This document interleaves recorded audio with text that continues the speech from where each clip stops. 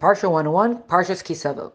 This week's Torah portion comes from the first verse of the Torah portion, Ki Tavo el Aretz asher Hashem elkecha nosen lecha.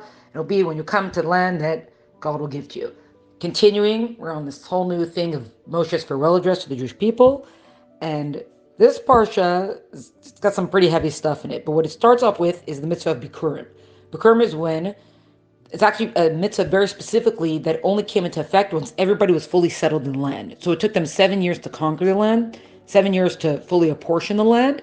Then the mitzvah of Bikkurim came in, because part of what Bikkurim is showing gratitude to God for the harvest, for the blessings, etc. And say, how can a Jew celebrate with a full heart, knowing that his brethren, they don't have their land yet, they're not settled yet, etc. So what it was that once you guys are all settled in the land, you're going to bring the first of the fruit of the 7 species.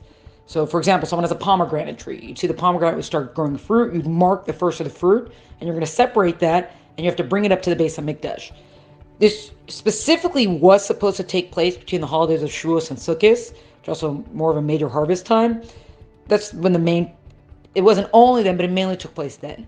And so they'd mark it, they'd put it in a basket. You're supposed to put the basket on your shoulder. You bring it to the base of Mikdash. You'd give it to the Kohen.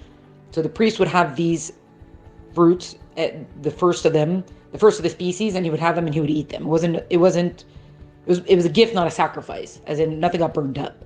And then there would be a whole proclamation that went along with it, that our forefathers, Yaakov, there was Lavan tried to trick him, and then Yaakov went down to Egypt, and we were enslaved there, and everything was terrible there, and Hashem took us out with great miracles, and he brought us to this land, and he's given us these blessings. And then they would take the basket together and they move it in all 4 directions, showing gratitude, etc. And it says, even a Levi, even though they don't officially have land, but they could have had some sort of orchard or fruit trees or anything. They could have any of these species. They also need to give the Bikkurim. That's what this mitzvah is. The next thing it goes through is that it goes back to the tithing, that each year there's certain tithings that have to be given. And so there was a cycle, because every 7 years is a Shemitah year, that's a sabbatical year. So there's 3 years, 1 year. So you have up to the 3rd year to make sure that all the tithings have been done. You got to make sure you catch up on all them. And then you have to the 3rd year again to make sure all the tithings are done.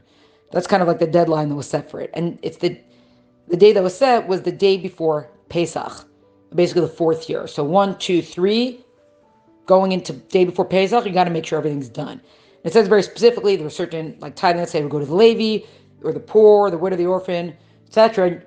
Convert, you have to make sure that you give them plenty. You're not giving each one one. Oh, you get an apple. It's you got to give a bushel of apples. That's what the tithing was supposed to be.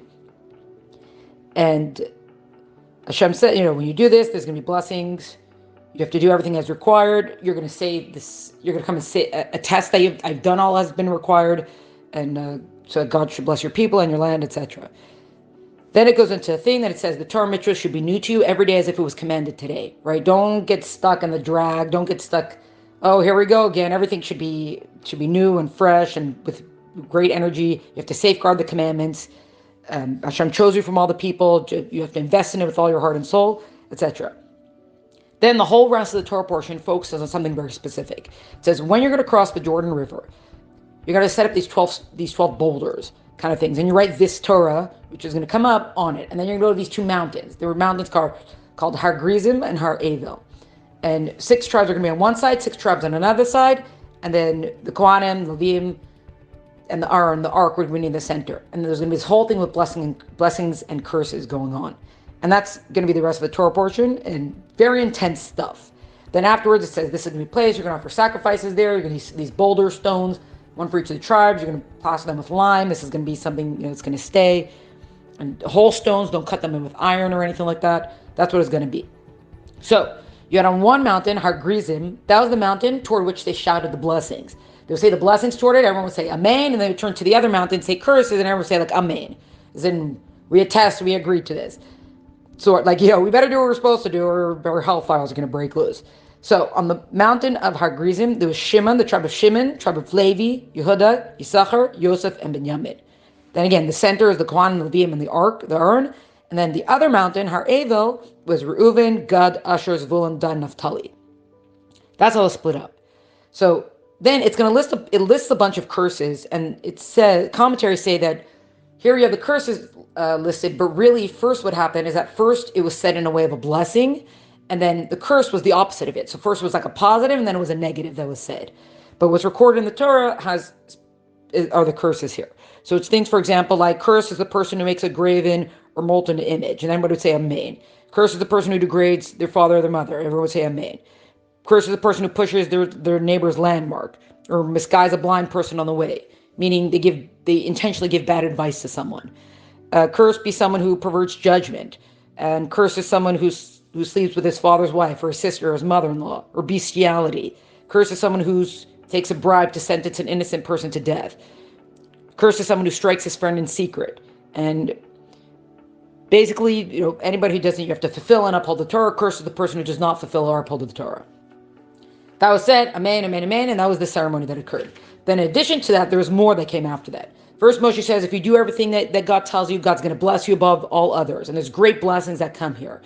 The brachas are going to pursue you. They're going to overtake you. Your children, your crops, your cattle, everything. Everywhere you go and everything you do. You go out, you come in, there's going to be blessings all over the place. Your enemies are going to be defeated. They're going to see that Hashem's name is with you, is upon you, and they're going to run from you. They're going to fear you. God's going to bless everything, the land. You're going to lend. You're going to be able to lend, but you're never going to have to borrow. Oh, many, many blessings come here. It's actually something commentaries, also Chassidus talks about that as a general idea, especially with Rosh Hashanah coming up. We said on Rosh Hashanah, everything is apportioned for the entire year. That God decides what the year is going to be, how much money someone's going to make, what sort of blessings are going to come to them. The good, whatever it's going to be, all is decided on Rosh Hashanah. And yet we know that every single day we still pray. Bless us for this, let us have our livelihood today, and blessings for health and everything. So why are we doing both? And so what it is that on Rosh Hashanah, all the blessings are there, and they're kind of, okay, this has been allotted to you. But every day we bless it to be brought down into the physical realm, and not just to stay in the spiritual realm above us. We want to actually see it here in this physical world. Then after that, it goes into a whole string of curses again. And this is 98 curses that it goes into. We will not go into all of them because they're absolutely terrible, and we don't want to talk about them. But it talks about that you didn't serve God with joy, so you're instead, and when you had an abundance, so instead you're going to be serving your enemies. And it mentions joy specifically because it says that we're not all perfect, and we don't always do. Sometimes we make mistakes. We don't always do what we're supposed to do. But at least when we serve God with joy, and we're happy to be doing this. So when we stumble a little bit, God is more willing to overlook it versus when there's not joy in our service and we're kind of angry about the whole thing. But so the curses, lots of curses about disease and all the blessings basically are in reverse. That God's going to curse the land and the cattle and the crops and the children and everything. Terrible, terrible stuff. And the diseases and the plagues and everything that's going to come upon the people if they wouldn't listen. To the point that it's going to be so bad, then the more you're going to say, oh man, I wish it was yesterday evening. Because who knows what this day is going to bring. And in the evening, you're going to be like, oh man, I wish it was this morning. Because they're so afraid of what's to come. They're very, very harsh curses. And then, whatever, lots and lots of curses, and that's enough on that. And then it ends off to saying this is the covenant that was made here. This is in addition to the covenant that was made at Har Sinai. This pact of keeping the Torah, safeguarding the commandments, learning, studying, so that we could do them as best as we can. But then after all the curses are done, Moshe kind of gets the last word in and reassures the people, like, don't forget all the good that God has done for you. Look at how He's taking care of you the last 40 years, and the way that He's defeated your enemies, and He's fed you, and He's clothed you, and all the miracles that occur, etc., etc., etc. And this is what the Torah portion ends off with.